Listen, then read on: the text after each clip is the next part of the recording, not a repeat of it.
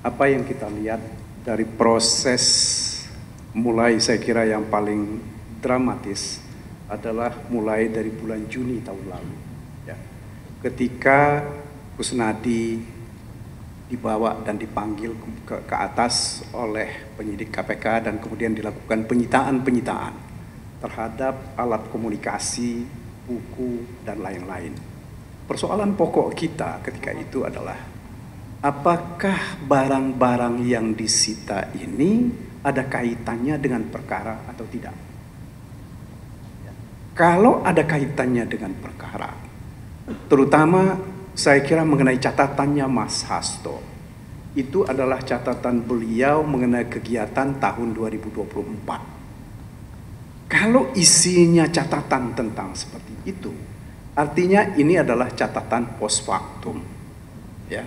Ini yang tidak pernah saya kira dijelaskan oleh pihak KPK. Ini satu yang saya kira yang kita mesti lihat secara baik.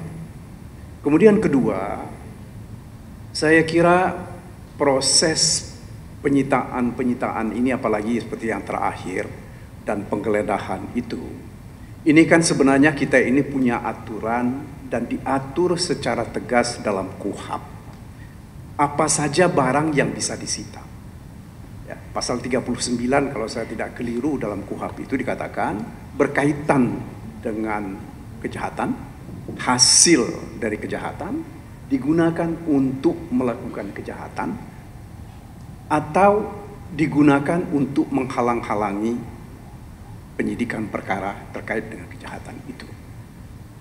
Ini yang kita tidak pernah mendengar secara real, atau paling tidak ya untuk kami ya, tidak pernah ada penjelasan apa hubungannya barang-barang yang disita itu dengan perkara ini. Ya, karena dalam perkara ini, dalam perkaranya Mas Hasto ini ada dua sangkaan. Yang pertama, beliau disangka melakukan penyuapan bersama-sama dengan Harun Masiku, menyuap Tio dan Wahyu, ya. Kalau memang betul adalah sangkaannya itu, artinya uang untuk suap itu sudah disita oleh KPK. Saya kira di dalam persidangan dalam perkaranya Saipul kita bisa lihat itu. Ya. Jadi apa alasannya lagi kalau itu salah satu di antaranya? Kemudian yang kedua, ya, saya kira juga yang kita mesti lihat, Mas Hasto ini juga disangka melakukan penghalangan penyidikan, ya, dalam perkara ini. Nah, yang fokusnya kalau saya tidak keliru dari SPDP itu menghalang-halangi penyidikan terutama terkait dengan Mas Harun Masiku. Bagaimana seorang Hasto Kristianto disangka melakukan dua perbuatan, ya, yang itu terkait dengan dirinya sendiri. Dia dituduh disangka melakukan penyuapan bersama-sama dengan Harun Masiku, tetapi pada sisi yang lain dia bersama-sama dengan kawan yang lain disangka melakukan obstruction of justice terhadap perkaranya Harun Masiku, yang dia juga menjadi tersangka di situ. Nah, ini saya kira drama ini, ya, apalagi kemudian dilanjutkan dengan drama penyitaan, ya, SPDP bocor sebelumnya. Ini sesuatu yang tidak sepatutnya terjadi pada negara hukum Republik Indonesia ini. Dan terus terang kita sesalkan bahwa konstruksi perkara yang dibuat seperti ini, ya, ini mengakibatkan orang beranggapan bahwa perkara ini adalah lebih jelas, lebih tercium aroma politiknya.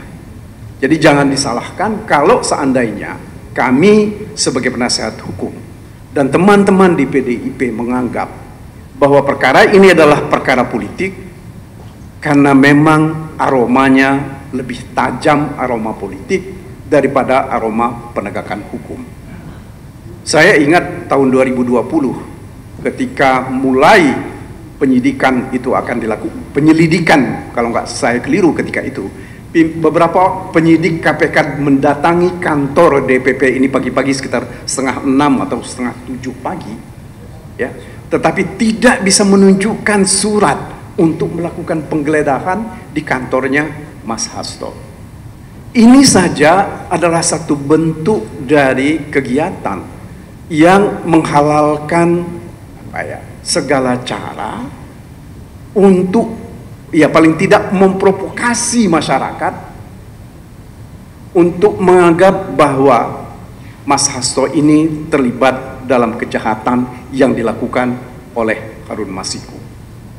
Saya kira saudara-saudara, kalau kita mau coba berpikir jernih, saya berkali-kali ngomong di beberapa tempat, kalau ini perkara suap oleh Mas Hasto, dia keluarkan uang untuk menyuap KPU, ya, kepentingan dia apa sih terhadap Harun Masiku?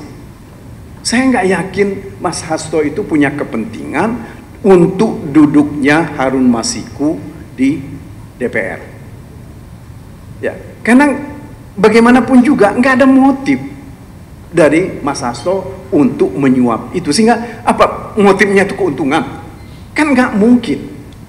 Jadi saudara-saudara, saya ingin sekali lagi menghimbau kita semua, mari kita lihat perkara ini secara proporsional, mengedepankan pendekatan hukum, bukan mengedepankan kekuasaan, apalagi kalau penggunaan kekuasaan ini karena pesanan dari pihak-pihak tertentu.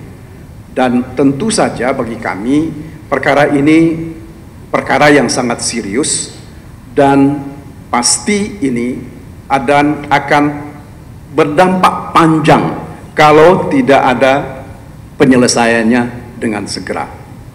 Saya kira itu yang saya bisa sampaikan. Sekali lagi terima kasih atas